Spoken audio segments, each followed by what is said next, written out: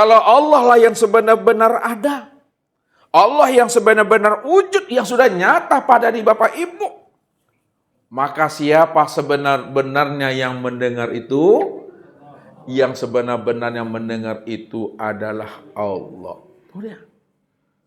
Siapa sebenar-benarnya yang melihat? Yang sebenar-benar melihat itu adalah Allah. Siapa sebenar-benarnya yang berkata? Adalah Allah. Siapa sebenar-benarnya yang tahu tuh? Allah. Siapa sebenar-benarnya yang kuasa? Allah. Siapa sebenar-benarnya yang berkehendak dan hidup? Yang sebenar-benar yang berkehendak dan hidup itu adalah Allah. Maka tak ada diri Bapak Ibu. Ya.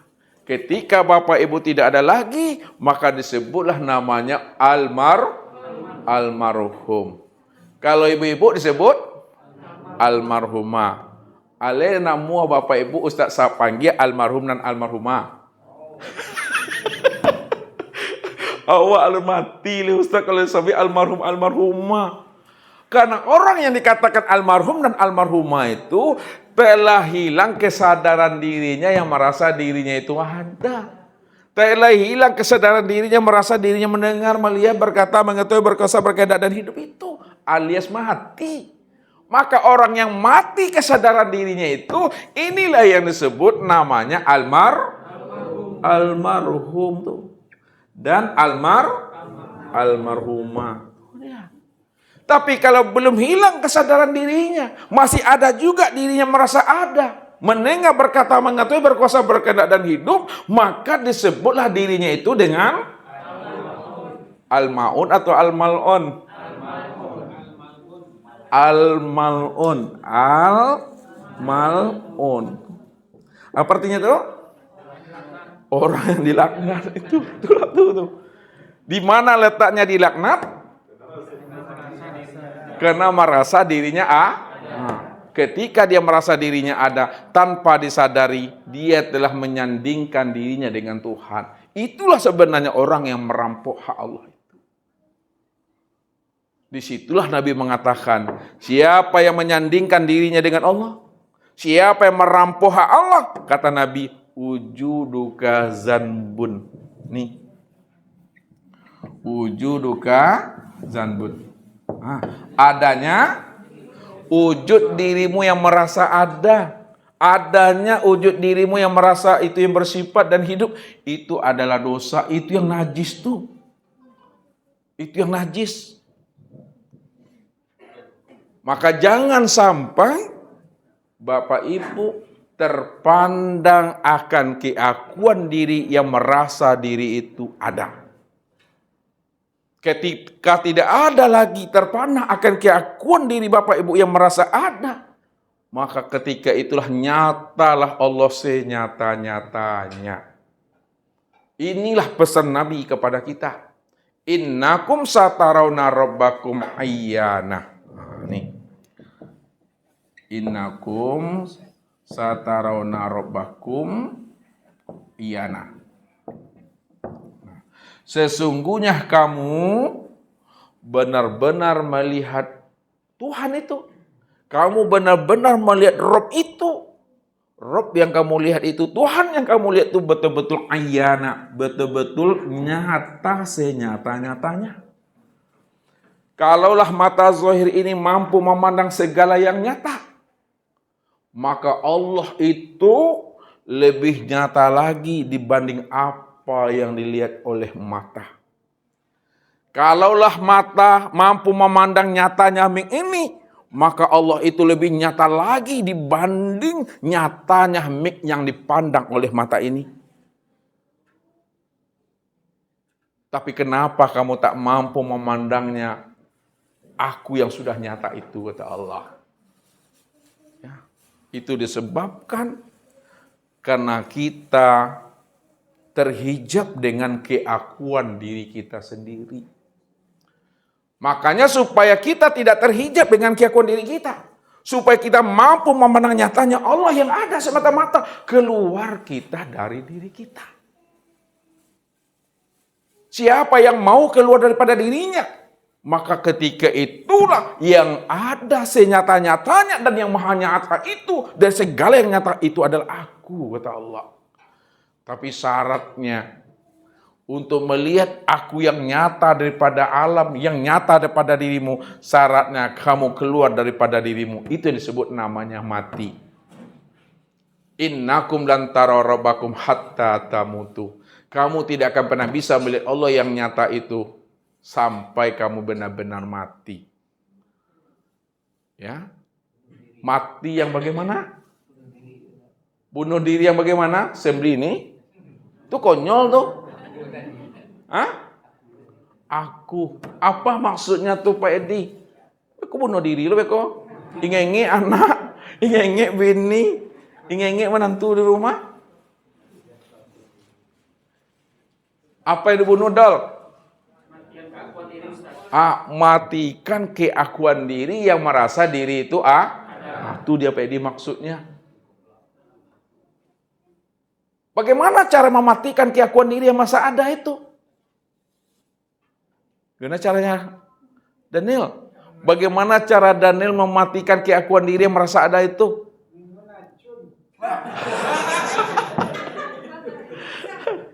Itu lele itu. Lihat tahu lele. Beko betul-betul mati di rumah. Apa maksudnya Daniel? Matikan sifatnya tadi. Iya, bagaimana cara matikan sifatnya? Bagaimana cara matikan sifatnya? Tapi matikanlah keakuan diri yang merasa diri ini ada. Bagaimana cara mematikan keakuan diri yang merasa diri ada? Bukan dengan racun, Pak. Hati ya, Pak nih. Umur udah berapa sekarang nih? Serius ngajinya. Ini untuk mematikan keakuan diri kan? Nah, bagaimana caranya? Lihat. Itu ucapan. Untuk mematikan keakuan diri, maka jalannya muncullah kesadaran Tuhan yang wujud dan yang nyata pada diri. Kesadaran Tuhan, bukan kesadaran kita. Munculkan kesadaran Tuhan, Tuhanlah yang wujud, Tuhanlah yang bersifat, Tuhanlah yang awal, akhir, zahir dan batin. Dialah yang benar-benar ada, melihat, mendengar, berkata dan hidup itu. Jadi caranya itu munculkan kesadaran Tuhan yang sebenar-benar wujud itu. Nih, itikot Tuhan. Kalau udah muncul kesadaran Tuhan yang sebenar-benar wujud, maka apa yang Bapak Ibu pandang, itikot ke dalam hati, itulah aku itu. Itu yang aku tuh. Aku siapa maksudnya tuh? Allah. Akunya Allah. Siapa yang sudah paham apa yang dipandangnya, itulah nyatanya aku. Ketika itu kata Nabi, arafallah kala lisana. Nah, siapa yang telah mengenal Allah, keluh lidahnya. Ini dia. Man arafallah kala lisana. Siapa yang telah mengenal Allah. Allah yang wujud, Allah yang bersifat, Allah yang awal, Allah yang akhir, Allah yang zahir, Allah yang batin. Kala lisanahu, keluhlah lidah itu. Tak ada yang bisa disebut lagi Bapak Ibu, tak ada yang bisa diungkapkan lagi, semuanya dia, segala-galanya dia. Kalau udah semuanya dia, segala-galanya dia, maka rahasiakanlah dirinya dia itu pada diri masing-masing, walaupun diri masing-masing itu tiada lain adalah diri aku juga. Berarti Allah merahasiakan dirinya pada dirinya sendiri. Itu maknanya, siapa yang kisah kenal dengan aku, itu karena aku yang membukakan rahasia aku pada dirinya. Sebatas yang aku bukakan. Oleh karena itu jangan dibatasi ilmu Allah dengan keakuan diri. Kalau kita ada batasi ilmu Allah dengan keakuan diri, ketika muncul keakuan diri, disitulah muncul dosa itu kembali. Ini yang mesti dipahami. Jadi, duduknya orang yang sudah ma'rifat adalah pada makom diam itulah yang sebenar-benarnya. Tak ada yang lain lagi di sana Bapak Ibu. Itulah kesempurnaan paham itu dah. Jadi kesempurnaan paham itu, duduk orang ma'rifat itu adalah pada diam. Itu dia maksudnya. Diam yang bagaimana nih Bebo? Diam tidak ngomong maksudnya? Diam yang sudah di dalam paham. Paham yang bagaimana maksudnya nih Bapak? Paham yang sudah sadar. Sadar sesadar-sadarnya itu, diri Allah cuma yang wujud. Kalau udah sadar sesadar-sadarnya, maka maksudnya apa? Patuh aja lagi tuh, sami'na, sami'na wa ata'na.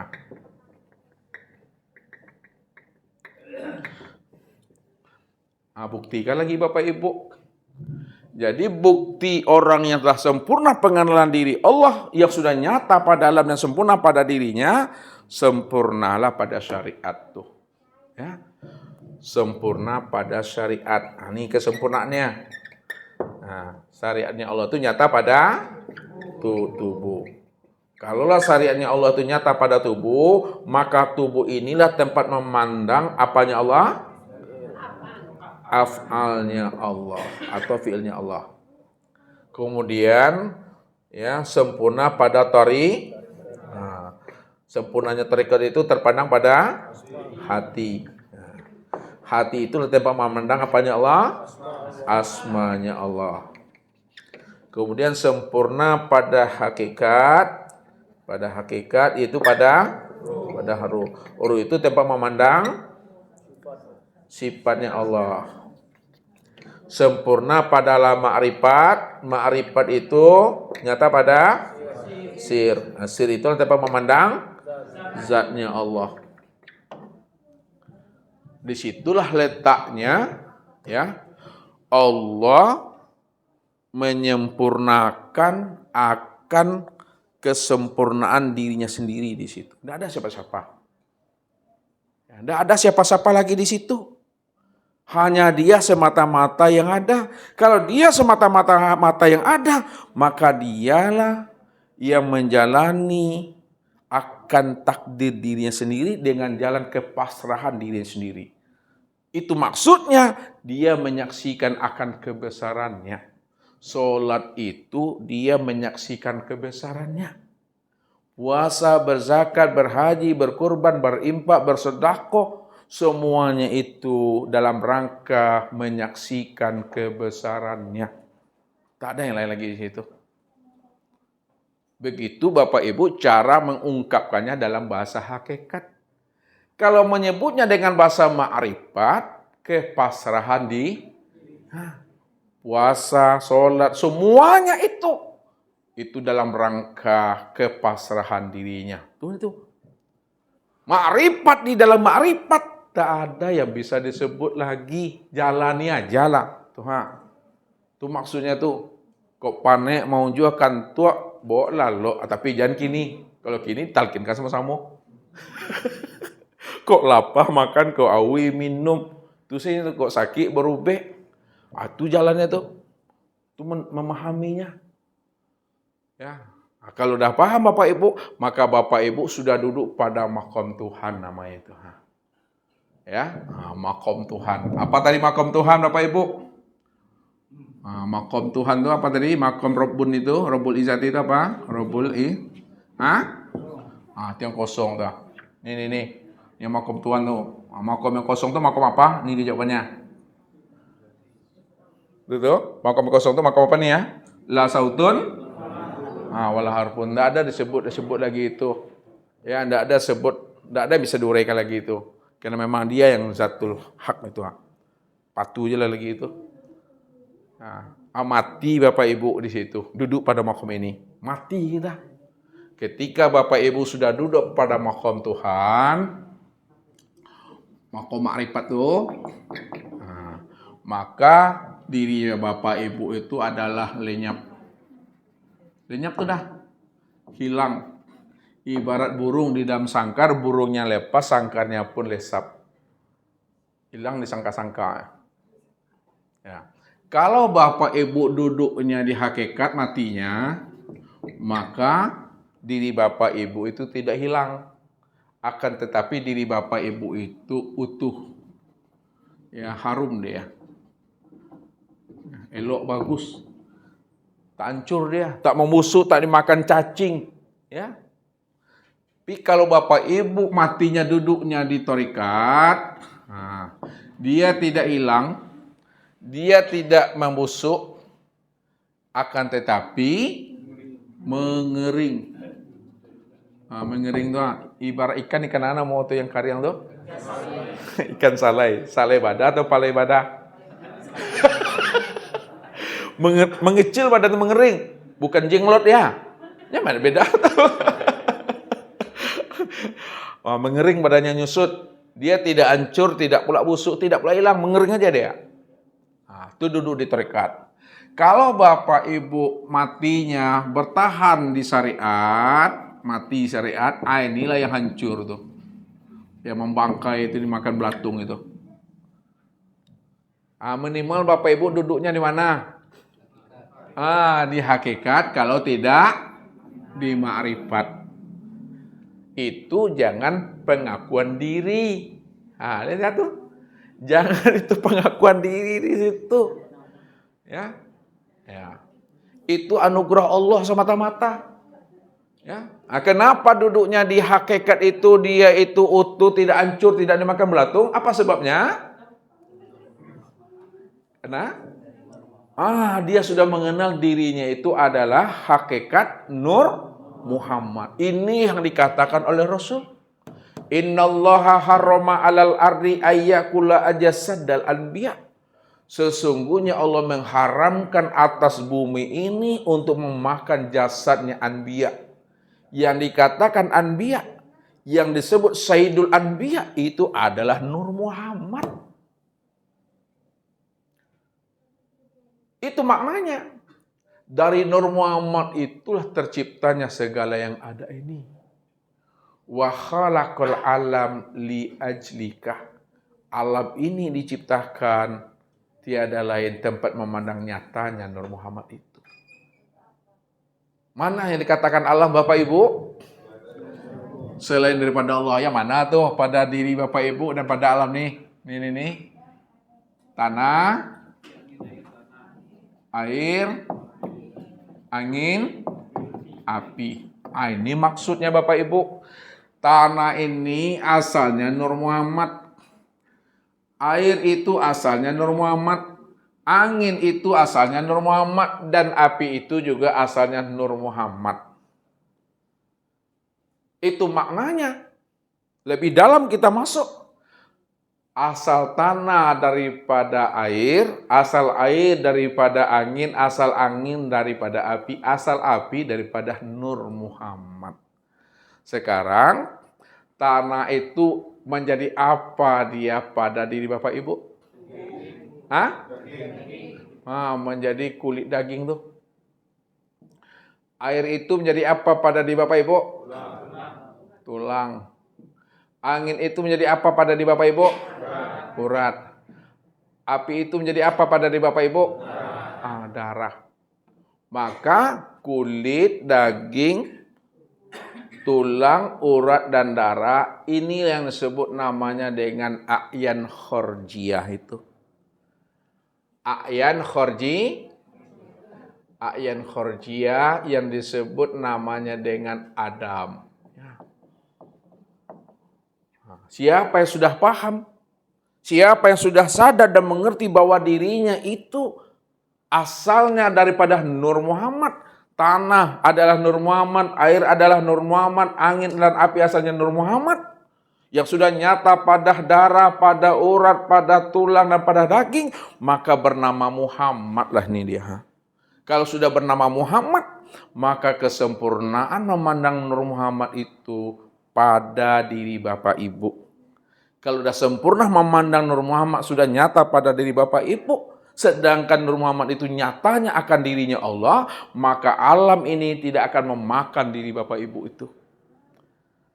Oleh karena itu, bertubuhkan Nur Muhammad lah diri Bapak Ibu itu.